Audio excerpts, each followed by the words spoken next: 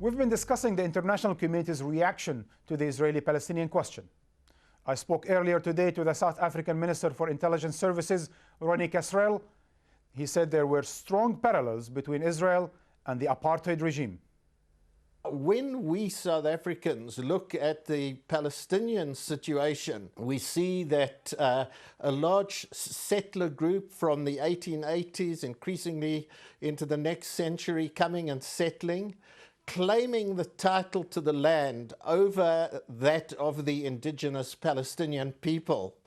And this is the similarity. This is why we say it's colonial of a special type. The behavior, the ideology, the laws that were set up and the measures parallel one another to a tremendous degree, in that both the Zionist settlers and the Afrikaner settlers in South Africa, they claimed that they were on a civilizing mission. This was God-given country to them, that's South Africa, as with Palestine. They had a covenant with God. They were the chosen people. They had this ideological right, and the indigenous people were a non-people.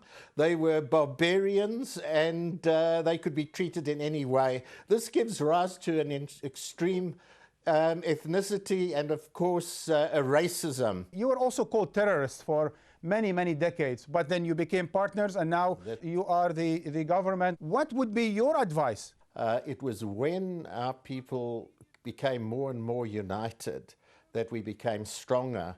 It's absolutely essential for the Palestinian people to be as one. This is the absolute vital prerequisite to ensure that you have a stronger voice at the table, that you're able to deal with your adversary. And of course, to ensure that they stretch their hands across the divide, across the barricades, to link with those Israelis who are fair-minded, who believe in real peace and justice. How do you now deal with the state of Israel, and how is Israel perceived with its occupation of Palestine in Africa? We empathize, we sympathize, we stand with the Palestinian people. We give them our solidarity as a people so that they shouldn't feel that they're alone. They've already negotiated and agreed on 7 different accords over the last 15 years, and yet hardly anything been done on the ground. The segregation of the Palestinians continues, the occupation in general continues. What do you suggest now? We can only in the end say, unite as strongly as you can. That is what's going to take you forward. The international community must intensify its mobilization behind the just cause of the Palestinians, which in the end is actually assisting those Jewish people, those Israeli citizens who are living in a very untenable situation. And if they truly want peace, it must be with justice, and it must be in recognizing the inalienable rights of the Palestinian people. Shafiq, like we heard from the South African minister, national unity is a precondition to any hope of progress. I think they have no other option. And I'm inclined to be optimistic about this point in particular. I'm seeing a lot of movement among some of our friends, ex-friends from Fatah and Hamas, who are appreciating the fact that without unity, neither one of them can achieve anything fruitful to our common cause. My fear, Henry, is that this is going to lead to more of the same other aspect of the Bush strategy in the Middle East, and that is war. War on terror, perhaps war on Iran, war on Hezbollah, war on Hamas, and all of these things, Henry, he did threaten with in the Knesset just a few days ago. Well, let me say that the issue discussing the diplomatic possibilities that come from the United States, there is a danger also in overlooking the need for Palestinians themselves, not simply to act as reactors to outside forces, but also to take certain initiatives on their own in order to prompt some change around them and the climate around them. The current situation is a very destructive one because there can't be any forward movement on the Israeli-Palestinian peace process unless there is a unity government that the international community, the United States and Israel can deal with.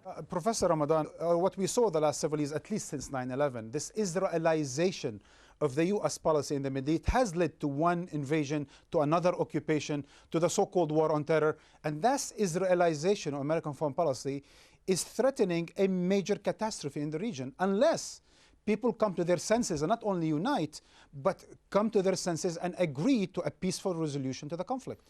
Yes, I think we are going the wrong way now and using all this politics of fears and war and terror in the way which is exactly this. It's the globalization of the Israeli syndrome everywhere, and to use this, we are the victims, and then we have to go towards, what happened in Iraq and all the rhetorics against Iran and what we have in Lebanon. All this is built around something which is a policy which is not leading towards a peace process, which is not recognition of the Palestinian very existence, of the people and the rights and the principles. And I think that this is something, what we heard right now about being self-critical, I think it's essential.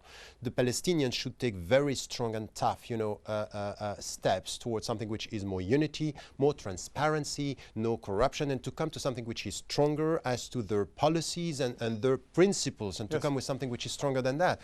It's the only way for us, from where we are, to be able to face and to resist this globalization of politics of fears and war and terror. If we are not supported by them there, it will be very difficult.